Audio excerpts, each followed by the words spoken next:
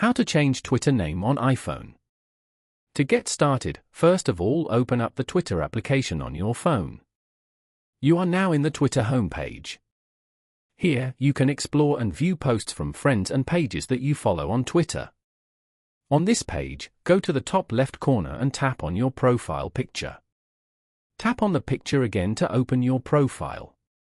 Once you're here, tap on Edit Profile as shown. You can now edit and change your profile details from here. Tap on Name to change and add in a new Twitter name. Once you're done, tap on Save at the top right corner. This way, you get more control over your experience with the app and how you use it. Following these steps, you can easily change Twitter name on iPhone. Thank you for watching. Please leave a like if this tutorial helped you, or leave a comment below if you have any questions related to the video.